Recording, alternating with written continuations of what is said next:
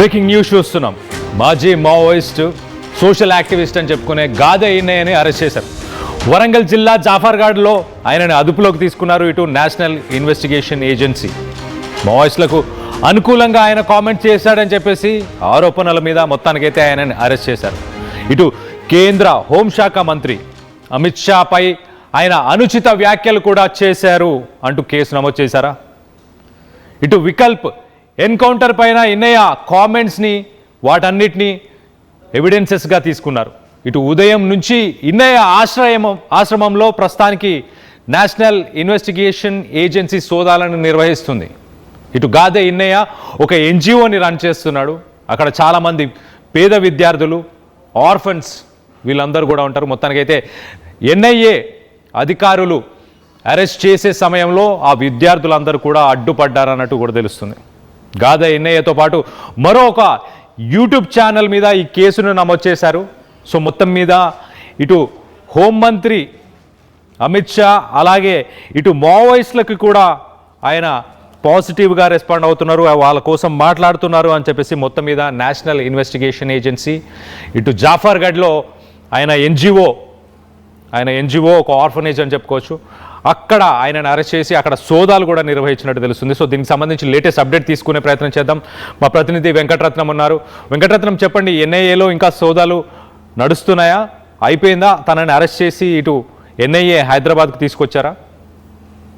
కళ్యాణ్, ప్రస్తుతానికి ఇక్కడ గాదె ఈన్నయ్యను మా ఇల్లు అక్కడ ప్రజాదరణ ఆశ్రమంలోకి వెళ్ళినటువంటి ఎన్ఐఏ అధికారులు అక్కడనే అప్పటికప్పుడే నోటీసులు జారీ చేసి అతన్ని అరెస్ట్ చేసి అక్కడి నుండి నాంపల్లి కోర్టుకు తరలించారు. ప్రస్తుతానికైతే ఇక్కడ కొంత ఉద్రిక్త వాతావరణం అయితే కనిపించింది. కాకపోతే ఇక్కడ ప్రతిఘటించేటువంటి వాళ్ళు ఎక్కువగా మంది లేకపోవడంతో ఇక్కడ ఎన్ఐఏ అధికారులదే పై చేయిగా కనిపించింది. హాస్టల్లో ఉండేటువంటి అక్కడ విద్యార్థులు కూడా కొంత ఆందోళన చెందారు.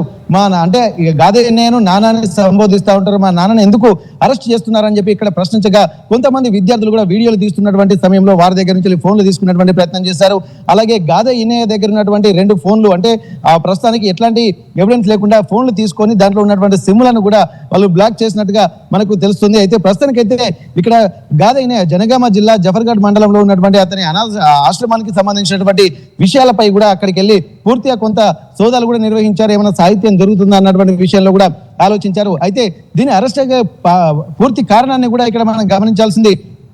ఒక ప్రైవేట్ యూట్యూబ్ ఛానల్కి గాదె ఈన్నయ్య ఇచ్చినటువంటి ఇంటర్వ్యూ ఒక కారణము, అలాగే మొన్న ఇక్కడ కేంద్ర కమిటీ సభ్యుడు అలాగే హిడ్మా ఎన్కౌంటర్ తర్వాత వెళ్ళి వాళ్ళ కుటుంబ సభ్యుడిని అంటే పరామర్శించడం ఒకటి, అలాగే ఇక్కడ సిపిఐ మావోయిస్టు దివంగత నేత ఎవరైతే ఉన్నారో తను ఖాతా రామచంద్రారెడ్డి అంటే చనిపోయిన తర్వాత సంస్మరణ సభలో అక్కడి ప్రజలను ఉద్దేశించి అక్కడి వారి సానుభూతి పరులను ఉద్దేశించి కూడా అనేక విషయాలపై స్పందించి వారిని కొంత అంటే ప్రభావితం చేసేటువంటి అవకాశాలు కనిపించాయని, ఉద్రిక్తతలు రెచ్చగొట్టే విధంగా తన ఉపన్యాసాలు ఉన్నాయని చెప్పి ఇక్కడ ఎన్ఐఏ అధికారులు కూడా చూశారు. పూర్తిగా వారు దీని మీద ఒక దర్యాప్తు చేశారు. అంటే దీని ప్రభావం ఎట్లా ఉండబోతుంది, నిషేధిత మావోయిస్టు పార్టీ అయినటువంటి సిపిఐ మావోయిస్టు పార్టీకి సంబంధించి కూడా అనేకమైనటువంటి సంచలనాత్మక విషయాలు కూడా వెల్లడించి అక్కడ ఉన్నటువంటి ప్రజల్ని మరింత రెచ్చగొట్టి ఉద్వేగపూరితమైనటువంటి ఉపన్యాసాలు ఇచ్చారన్నటువంటి కారణంతో ఎన్ఐఏ అధికారులు మాత్రం ఈ రోజే ఇక్కడ గాదె ఈన్నయ్య ఆశ్రమానికి వెళ్ళారు. అక్కడ ఎలాంటి ముందస్తు సమాచారం లేకుండా వెళ్ళి అక్కడ ఉన్నటువంటి కుటుంబ సభ్యులకి అలాగే తన భార్యకి నోటీసులు ఇచ్చారు. గాదె ఈన్నయ్యకు కూడా నోటీసులు ఇచ్చి అక్కడి నుండి ఎలాంటి మాట మంత్రి లేకుండా అతన్ని అరెస్ట్ చేసేటువంటి ప్రయత్నం చేస్తే ముందు కొంత ప్రతిఘటించినప్పటికీ కూడా తర్వాత ఎన్ఐఏ అధికారులు క్లియర్ గా చెప్పి ఉద్వేగపూరిత ప్రసంగాలకు చేసినందుకు గాను నోటీసులు ఇస్తున్నామని చెప్పి అప్పటికప్పుడు నోటీసులు ఇచ్చి అతన్ని అరెస్ట్ చేసి నాంపల్లి కోర్టుకు తరలించినటువంటి పరిస్థితి. ప్రస్తుతానికైతే ఇక్కడ ఉన్నటువంటి విద్యార్థులు కొంత ఆందోళన ఆవేదన చెందుతున్నటువంటి పరిస్థితి. ఇంకా మావోయిస్టులకు సంబంధించినటువంటి ఎవరు చనిపోయినా కానీ ఎవరు ఎన్కౌంటర్ అయినప్పటికీ కూడా వారి దగ్గరికి వెళ్ళి వారికి సానుభూతిగా మాట్లాడేటువంటి నైజం ఉన్నటువంటి గాదె ఈన్నయ్య ప్రతిసారి కూడా తను కూడా మాజీ మావోయిస్టు నేత కావడము, అయితే తన యొక్క సిద్ధాంతము భావజాలం అంతా కొంత మావోయిస్టు సానుభూతి పరుగా ఉండడంతో పాటు అతని మీద కూడా తనకు గతంలో కూడా కొంత ప్రతిఘటనలు ఎదురైనప్పటికీ కూడా అవి లీడ్ చేసుకుంటూ వచ్చాడు. కానీ ఇప్పుడు మాత్రం ఎన్ఐఏ అధికారుల నుంచి మాత్రం తప్పించుకోలేకపోయాడు. ఎక్కడికి వెళ్ళినా కానీ తన ఉద్వేగపూరిత వాతావరణం కూడా మావోయిస్టు సానుభూతి పరులుగా ఉండడము, అలాగే ఒక సంఘ సంస్కర్తగా కూడా ప్రస్తుతానికి, ఎందుకంటే మావోయిస్టు పార్టీ నుంచి బయటకు వచ్చిన తర్వాత సంఘ సంస్కర్తగా అలాగే ఒక స్వచ్ఛంద సంస్థను కూడా నిర్వహిస్తున్నటువంటి ఒక నిర్వాహకుడిగా కూడా గాదే ఇన్నయ్యను అభివర్ణించవచ్చు. కానీ ఇక్కడ ఉమ్మడి వరంగల్ జిల్లాలో ఎక్కడ ఉన్నా సరే అంటే ఉత్తర తెలంగాణలో కూడా పూర్తిగా ఇక్కడ మావోయిస్టు ప్రాబల్య ప్రాంతాలు ఉన్నటువంటి ప్రాంతాలన్నీ కూడా తనకి తెలుసు. అలాగే స్థాయి అంటే క్షేత్రస్థాయి లీడర్ల నుండి అక్కడ ఉన్నతమైనటువంటి స్థాయి లీడర్ల వరకు కూడా వారందరికీ కూడా సుపరిచితులుగా ఉన్నటువంటి నేపథ్యంలో ప్రతి సంఘటన మావోయిస్టు పార్టీకి సంబంధించినటువంటి ఎన్కౌంటర్లు జరిగిన ఏ సమస్యలు వచ్చినా కానీ తన ప్రజా గొంతుగా వినిపించే విధంగా ఇక్కడ గాదే ఇన్నయ్య మాట్లాడుతూ ఉంటాడు. అదే సందర్భంలో కూడా ఖాతా రామచంద్రారెడ్డి ఆ సంస్మరణ సభలో మాట్లాడినటువంటి విధానాన్ని మాత్రం ప్రయారిటీగా తీసుకున్నారు.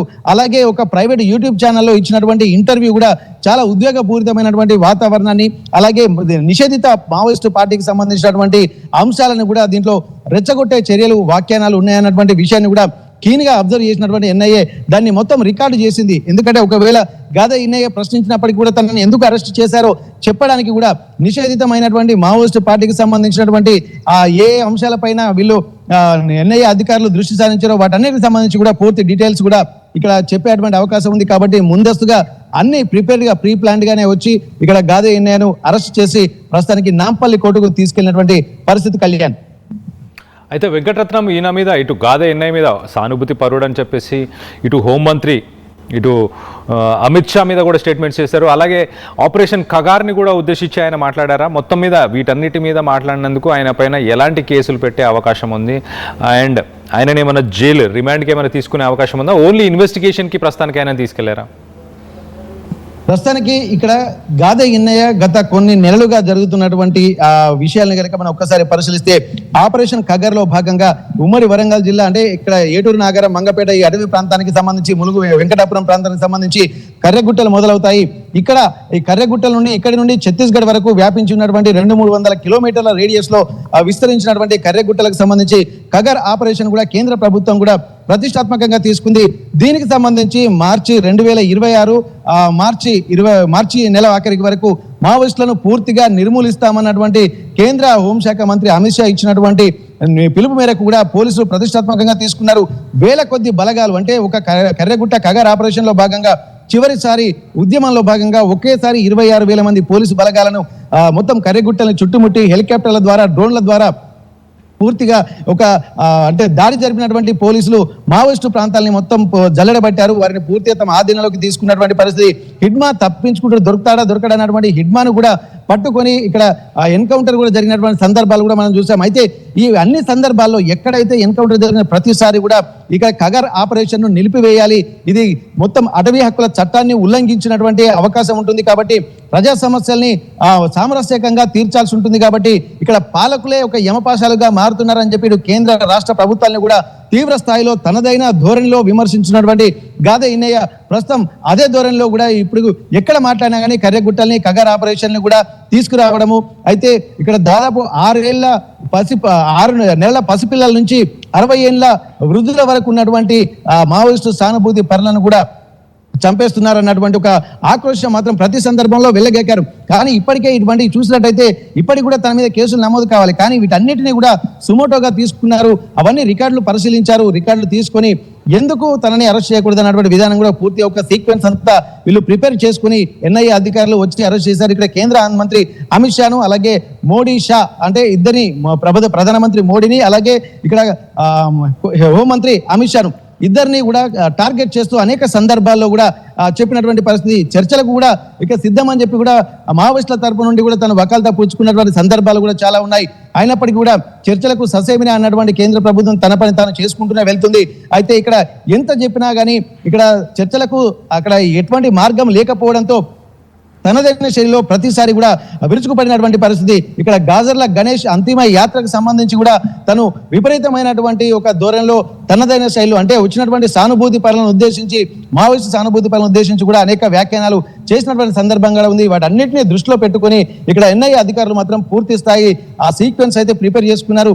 అరెస్ట్ చేయడానికి కూడా అన్ని రంగం సిద్ధం చేసుకుని ఈ రోజు మాత్రమే నోటీసులు తీసుకుని వచ్చి నోటీసులు ఇచ్చిన తర్వాత అతన్ని గాదే ఇన్నయ్యను మళ్ళీ నాంపల్లి కోర్టుకు తరలించారు. ఇక్కడ నిషేధిత మావోయిస్టు పార్టీ అంటే ఉగ్రవాద సంస్థలకు సంబంధించి ఇక్కడ దేశంలో ఉన్నటువంటి అసాంఘిక శక్తులు ఎటువంటి కార్యకలాపాలకు పాల్పడుతుంటారో వాటన్నిటికీ సంబంధించి ఏ కేసులు నమోదవుతాయో వాటన్నిటిని కూడా తన మీద ప్రయోగించేటువంటి అవకాశం ఉంటుంది. ప్రస్తుతానికైతే తనను రిమాండ్కు తరలించినట్టుగానే అనుకోవచ్చు. ఎందుకంటే ముందుగా అరెస్ట్ చేశారు. అరెస్ట్ చేసిన తర్వాత నాంపల్లి కోర్టులో హాజరుపరిచిన తర్వాత ఆ కోర్టు ఇచ్చినటువంటి తీర్పును బట్టి ఆ మూమెంట్ను బట్టి రిమాండ్కు తరలించేటువంటి అవకాశాలు అయితే ఇక్కడ స్పష్టంగా కనిపిస్తున్నాయి. ఎందుకంటే ఇదివరకు కూడా వరవర్రావును కూడా ఇదే విధంగా కొన్ని అంశాల మీద కూడా అరెస్ట్ చేసినటువంటి నేపథ్యంలో ప్రస్తుతానికి ఆ తర్వాత ఇప్పుడు గాదే ఇన్నయ్యను కూడా అదే తరహాలో తీసుకెళ్లేటువంటి అవకాశము, అలాగే నాంపల్లి కోర్టులో తీర్పు వచ్చిన తర్వాత దాన్ని దృష్టిలో పెట్టుకుని రిమాండ్కు తరలించేటువంటి అవకాశాలు స్పష్టంగా కనిపిస్తున్నాయి. Kalyan. Right Venkataratnam, thanks for the latest update. మొత్తం మీద ఇటు మావోయిస్టులకు సంబంధించిన సిపిఐఎం మావోయిస్ట్ పార్టీకి సంబంధించి ఆయన మాట్లాడడం, అలాగే దాంతోపాటు కేంద్ర హోంమంత్రి అమిత్ షాపై కూడా కొన్ని కామెంట్స్ చేశాడని చెప్పేసి మొత్తానికైతే నేషనల్ ఇన్వెస్టిగేటివ్ ఏజెన్సీ ఆయన అరెస్ట్కి సంబంధించిన ఒక ఎఫ్ఐఆర్ కాపీని కూడా మనకి షేర్ చేశారు. మనం చూడొచ్చు.